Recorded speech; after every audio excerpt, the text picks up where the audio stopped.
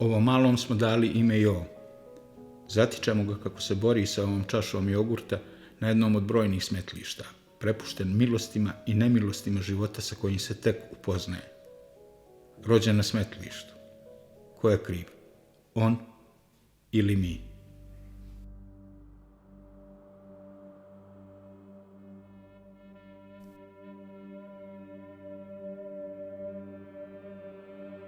Nekoliko kilometara dalje od mjesta gdje smo vidjeli našeg prijatelja Joa, u obližnjem Nikšićkom selu u Župi, ova starica je u novembru 2019. godine imala štetu zbog napada bezdomnih pasa.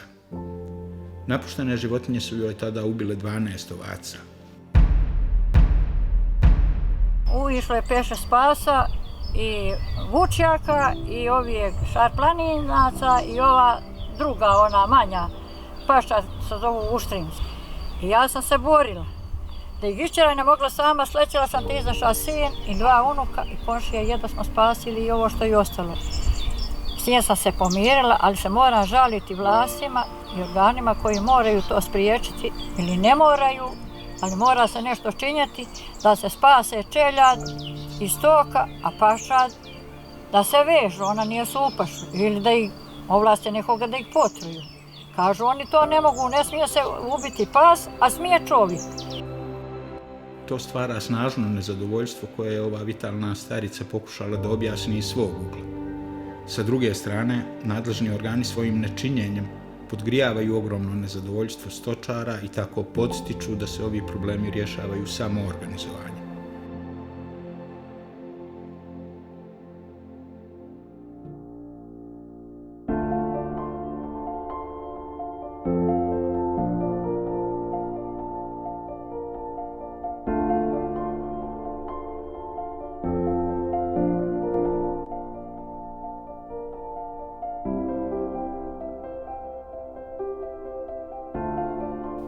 Ova zemlja kao dominantnu privrednu granu apostrofira turizam. Posljednjih godina sve veći broj inostranih turista posjećuje Crnu Goru. Samim tim problemi sa bezdomnim i napuštenim životinjama dobili su i međunarodni publicitet, tako da se više ova problematika ne može gurati pod tepih, pogotovo u svjetlu uključivanja u evropske integracije. Mnoge inostrane neprofitne organizacije su se tako počele interesovati za rješavanje ovog problema. Jedna od njih je i Kotor Kitties, američka organizacija sa sjedištem u Sijetlu. April Lynn King, članica upravnog odbora ove organizacije, boravi već izvjesno vrijeme u Crnoj Gori. I came to Montenegro in 2018 to spend 2 days in Kotor, soaking up the scenery and the cats with my friends.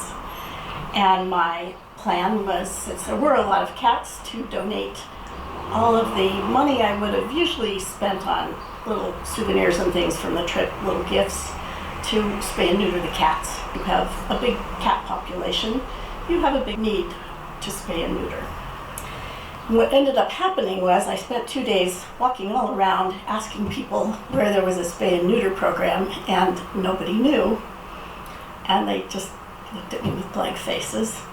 And finally I just stumbled on Daniela's shop in Old Town, Kotor. And when I said sterilization, she lit up like a Christmas tree and said, "Da!"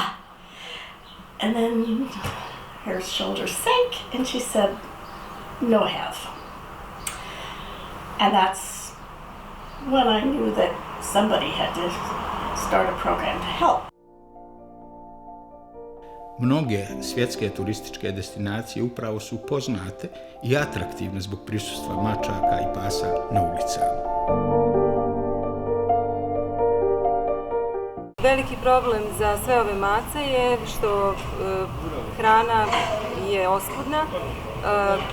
Kontejneri su u toku zime, kao što svi znamo, prazni, turista nema i postoji nekoliko nas koji donosimo hranu svakoga dana za ove mace. Tu smo ih naučili da se hrane i to naravno mi plaćamo iz svog džepa. Mi ih opet nosimo kod veterinara o svom trošku. Ne postoji nikakva pomoć iz strane opštine ili države za ovakve slučajeve. To naravno izgleda očajno kada vidite mače sa teškom očnom infekcijom koje ima gdje oči ispadaju ili trudnu mačku koja prosi za hranu.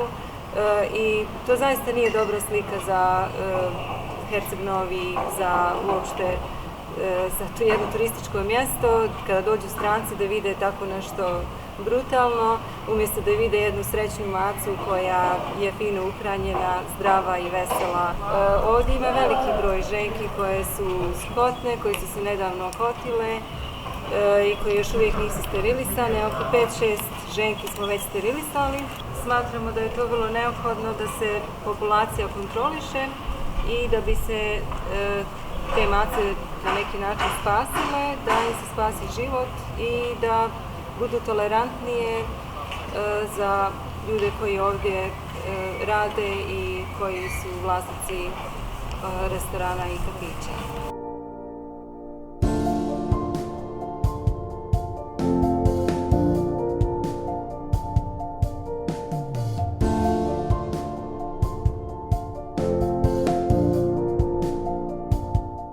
Zahvaljujući velikoj pomoći organizacije Kotor Kitties, ove godine smo imali kotorske mačke su sterilisane u velikom broju, tako da mogu da kažem da je i smanjen broj tih mačića na kotorskim i peraškim ulicama. Do sad je bilo zaista, mogu da kažem, 10 mačaka koje sam lično i odhranila, odgojila, sterilisana i jednostavno ja to volim i ja ću i dalje nastaviti da vodim računa o svim tim mačkama, da ih hranim i da ih zbrinjavam. Moja priča je slična Arijaninoj, znači pa možda i 20 godina otprilike kao je Arijana se brinemo o kućnim, o uličnim mačkama.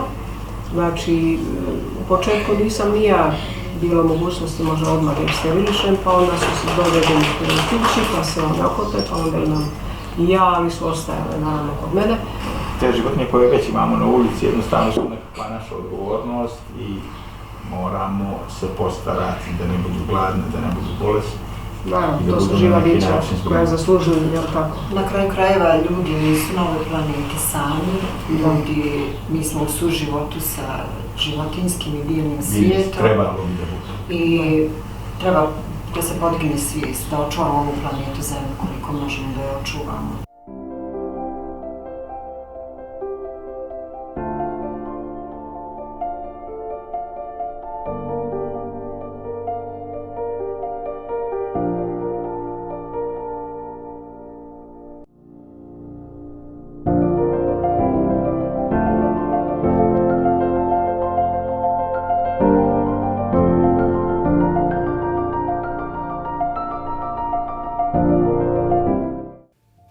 Na putu za Brestice, gdje se nalazi Nikšićki azil za napuštene životinje, pored magistrale posmatrano nas je Jozi. Vlasnički pas ostavljen u neposrednoj blizini prometne magistrale, ironično, nedaleko od mjesta koje se naziva skloništem za bezdomne životinje. Ko je kriv? Ona ili mi?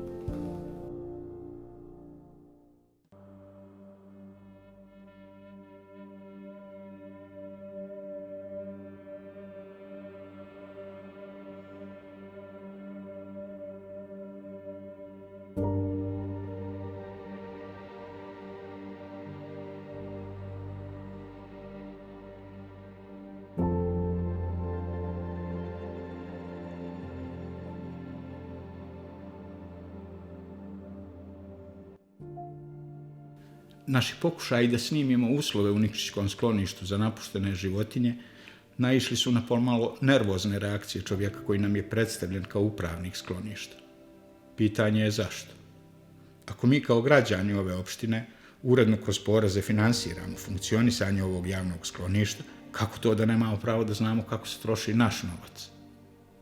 Prema podacima dostupnim na internetu, od 2014. do 2020. godine građanima Nikšića isplaćeno je gotovo 930.000 eura po pitanju odštete za ujede pasa lutalica.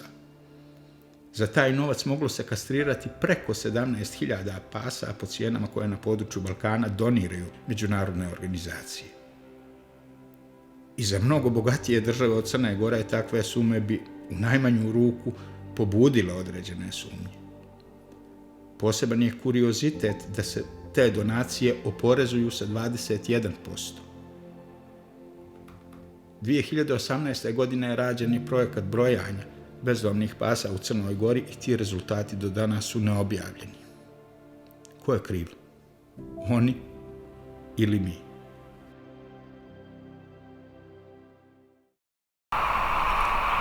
Korak naprijed, nazad, 2. Na ovom mjestu je početkom juna bila postavljena tabla, putokaz na kojoj je pisalo da se 2 km odavde nalazi sklonište za napuštene životinje u Bresticama. Sve je više ljudi i organizacija koje se bave zaštitom pasa u Crnoj Gori, a nikad nije bilo gore. I nikad nije bilo više pasa na ulicama. I nikad nije bilo više zlostavljanih životinja, makar da se priča o tome. Tako da, moje mišljenje je da nismo čak ni na početku rješavanja puta. Ni 10 dana poslije toga, ko zna, neko je srušio taj znak i evo i sad je srušen. Možda su huligani, ali nije prvi put da se ruše ti putokazi koji pokazuju gdje se nalazi sklonište u Bresticama. Možda nisu huligani, možda neko od nadležnih misli da na taj način može da sakrije posljedice svog više nego traljavog pristupa rješavanju ovoga problema. Jedna od međunarodnih organizacija koja je već duži period prisutna u Crnoj Gori je i Prijatelji pasa iz Tifta. Predstavnica ove organizacije Fiona Sauni govorila nam je o njenom viđenju situacije sa bezdomnim životinjama u Crnoj Gori. So when I came here, I was horrified when I first came here.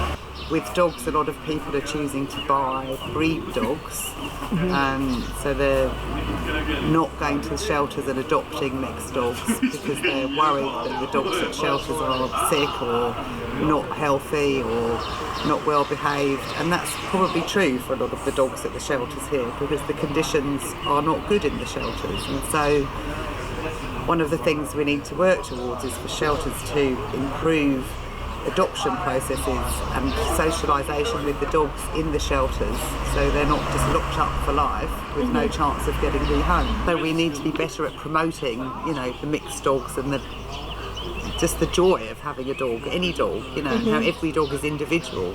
I think it's, we need to be really pushing the positive stories about how joyous it is to have a pet dog or a pet cat and how much benefit there is to communities from actually enjoying the animals around them rather than seeing them as a problem. If you sterilise a dog in a community, it's calmer, it doesn't roam, you vaccinate it, it has no public health risk. It's a problem for everybody. It's a problem that everybody needs to solve together. Government needs to enforce the law. You have a good animal welfare law, it needs enforcing so that if people mistreat animals, if people let their aggressive pet roam without properly training it, if they abandon dogs and cats because they haven't had their own pet sterilised, then there need to be penalties for those people if they don't microchip their dog, if they don't follow the law. And there needs to be a strategic lead from government to help municipalities to decide what to do. A shelter doesn't solve the problem of stray dogs. But if we just do a few, it just means that other dogs come and have bigger litters of puppies because there's less competition, and we don't really affect the population. And it's really clear that if you go into an area, a few weeks, you sterilise 80% of the population, then you impact the population very quickly. The numbers go down. And if you enforce the law, you control the population and you encourage a love of animals and good pet ownership, all of those things will be cheaper than building shelters. Dakle, izgradnja skupih skloništa ni izdaleka ne rješava ovaj kompleksan problem. Jedan od dugogodišnjih saradnika organizacije Prijatelji pasa i doktor veterinarske medicine, Relja Četković iz veterinarske ambulante Vetport.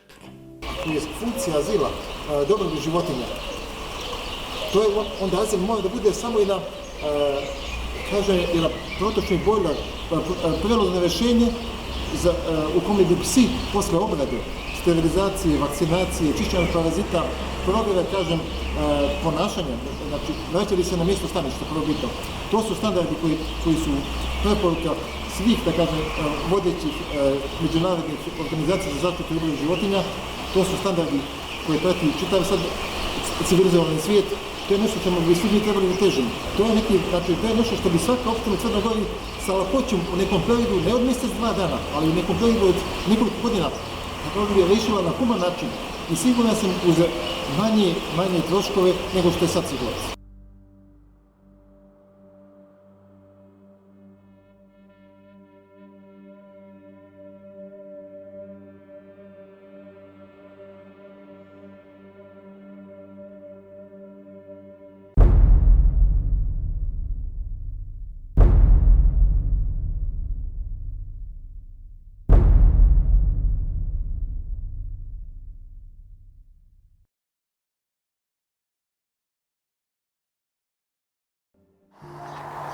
Ovo je još jedan od razloga zbog kojih bi valjalo uporno insistirati na čipovanju životinja, na označavanju životinja, na vođenju registra životinja, jer ne bi se dešavalo da ljudi svog prijatelja ostavljaju na ovakvom mjestu, očigledno su ga ili liječili neko od kolega veterinara. Možda bi dobro bilo da insistiramo i mi sa naše strane da životinje koje liječimo i vršimo intervencije na njima budu čipovane. Možda bi Uprava za bezbjednost hrane, veterinu i fitosanitarne poslove mogla malo da pospješi sve te aktivnosti. Broj pasa, koliko god da mi radimo na sterilizacijama, kastracijama, udomljavanjima, i tu mogu da se pohvalim da smo izuzetno aktivni i uspješni, mi ne možemo da svedemo broj tih životinja na nekakav minimum. Sa ovim problemom trebamo početi takođe opet i preuzeti ulogu. Opet mi negde iz nekih veterinarskih ili klubova ljubitelja životinja, time što se Kinološki savez, Lovački savez i lokalna samouprava moraju staviti u funkciju države. Skadar je pun pasa sa minjušama i niko ih ne dira. Na pijaci, pored pijace leži na onim kružnim tokovoj ulici. Niko ih ne dira. Ja primam non stop poruke. Mrtvi psi, hoćete doći da ga sklonite? Nisam ja komunalno dođem da uzmem zgaženog psa. Meni se lično šalju poruke, ja to ne mogu sama da odradim. Opštinski organi a priori odbijaju postojanje ovih životinja na ulici, tretiraju ih većinom kao nešto što treba da se eliminiše. To je jedino rešenje iz mog udruženja kroz saradnju sa navedenim sektorima, sa aktivistima za prava životinja, da uvedemo program sterilizacije i vraćanje na isto mjesto, na ulicu ili udomljavanje ukoliko je moguće. Sve nevladine organizacije, odnosno ljudi koji se bave ovim, iako to ne spada u njihov domen aktivnosti, svi smo za CNR program. Znači, uhvati, steriliši, pušti, jer mi s ove tačke gledišta ne možemo ići u nešto više i moramo se malo bolje organizovati. Azilu su potrebni volonteri, jer azil ne može sam. Tražim da se opštinski psi čipuju na opštine. Znači, ako ih mi već hvatamo, ako mi nalazimo razne strane organizacije koje su spremne da plate našim veterinarima da se ti psi sterilišu, znači ne plaća ni opština, ni niko, onda makar da mogu ja da kažem, kad donesem toga psa kod veterinara, da kažem lokaciju gdje sam psa uvatila i da veterinar ima mogućnost da čipuje psa i da ga zavede na ovu opštinu.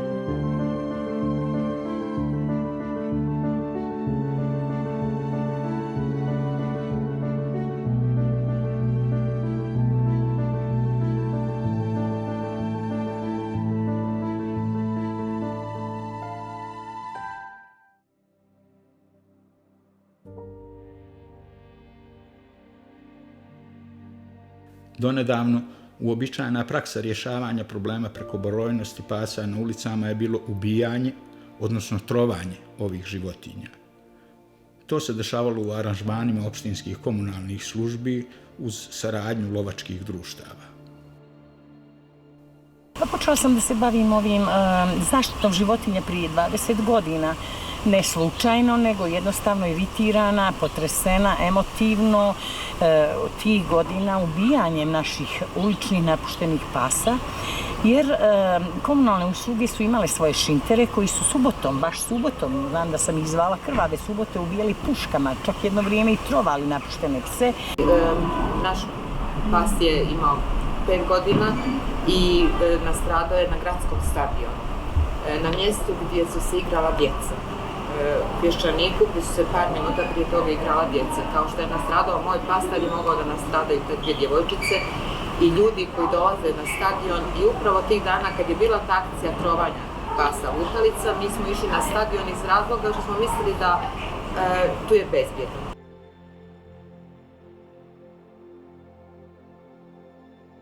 Danijela Vuksanović iz Kolašina jedna je od aktivistkinja iz nevladinog sektora koja predstavlja dobar primjer samoorganizovanja pojedinaca u cilju zaštite i brige o bezdomnim životinjama.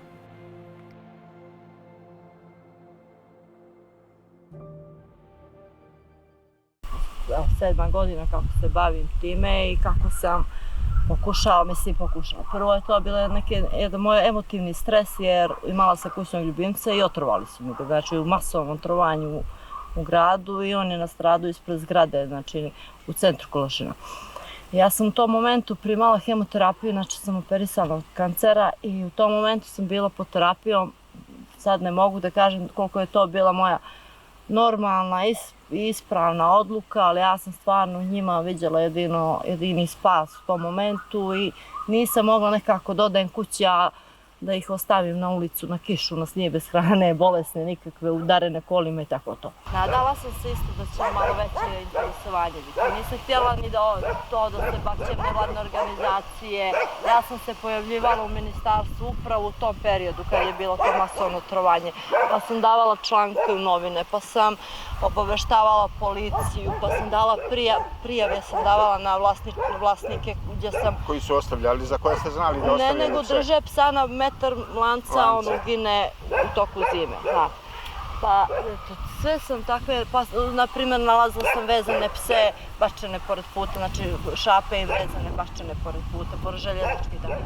I sve sam to pokušavala, znači da to ide nekako da društvo, da nadležni iskoriste tu moju želju, ljubav, snagu, da se nešto postigne, međutim...